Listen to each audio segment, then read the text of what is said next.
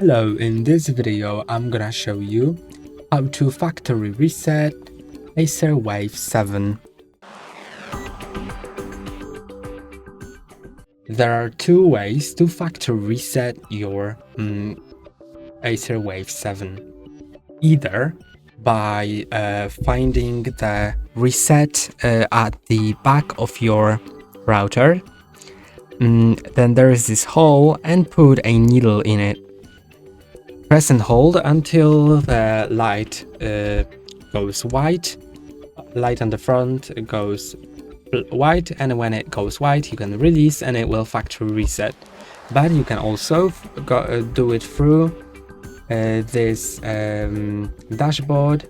To do it, go to system, then restart and reset default and click on reset, then factory reset. And now